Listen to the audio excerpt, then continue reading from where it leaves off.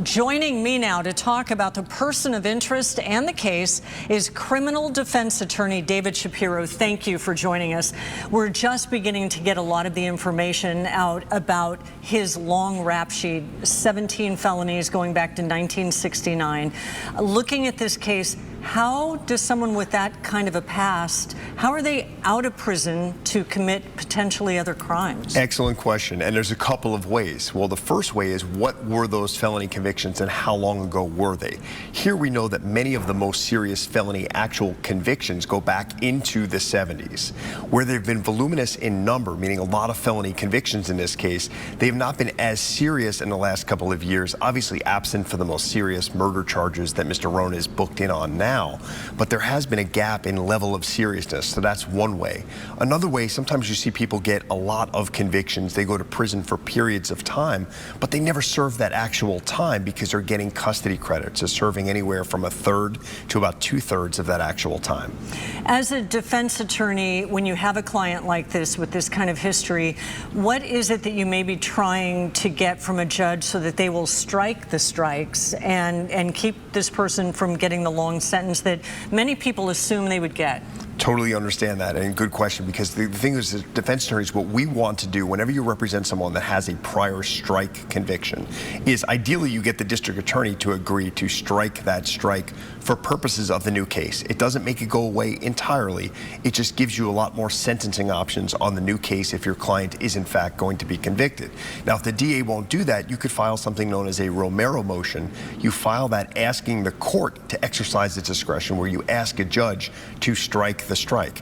That then no longer makes it a mandatory state prison case. It no longer doubles up the sentence, and you have a lot more sentencing options to work with. If that's not successful, then you're making the pitch to the judge about the de-escalation or the difference in level of seriousness of offenses, where maybe the newer felonies may be less serious than what the strike felony convictions were years past. And we know Mr. Rohn is now in custody for a 2023 murder that he's looking at.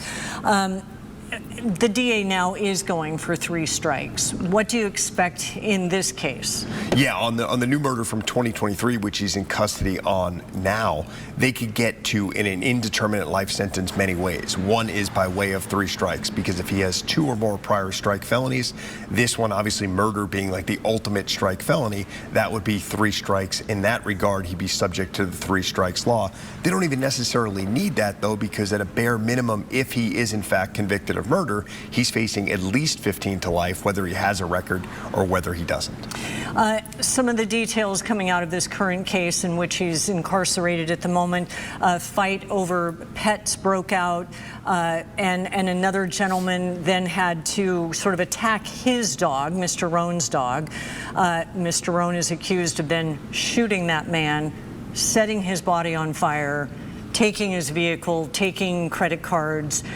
What's problematic for the defense team this time? A lot, because what at first may have started out as a self-defense or defense of your property, in this case the dog, the behavior after the fact, from burning this individual who he ultimately took his life, to the behavior afterwards, is the concrete definition or the epitome of what a prosecutor will get up there and argue as consciousness of guilt. He knew he did something wrong. He knew he had no defense. He panicked, and as a true testament of his character, he continued committing crimes, continued defiling this body, continued committing thefts and crimes of moral turpitude.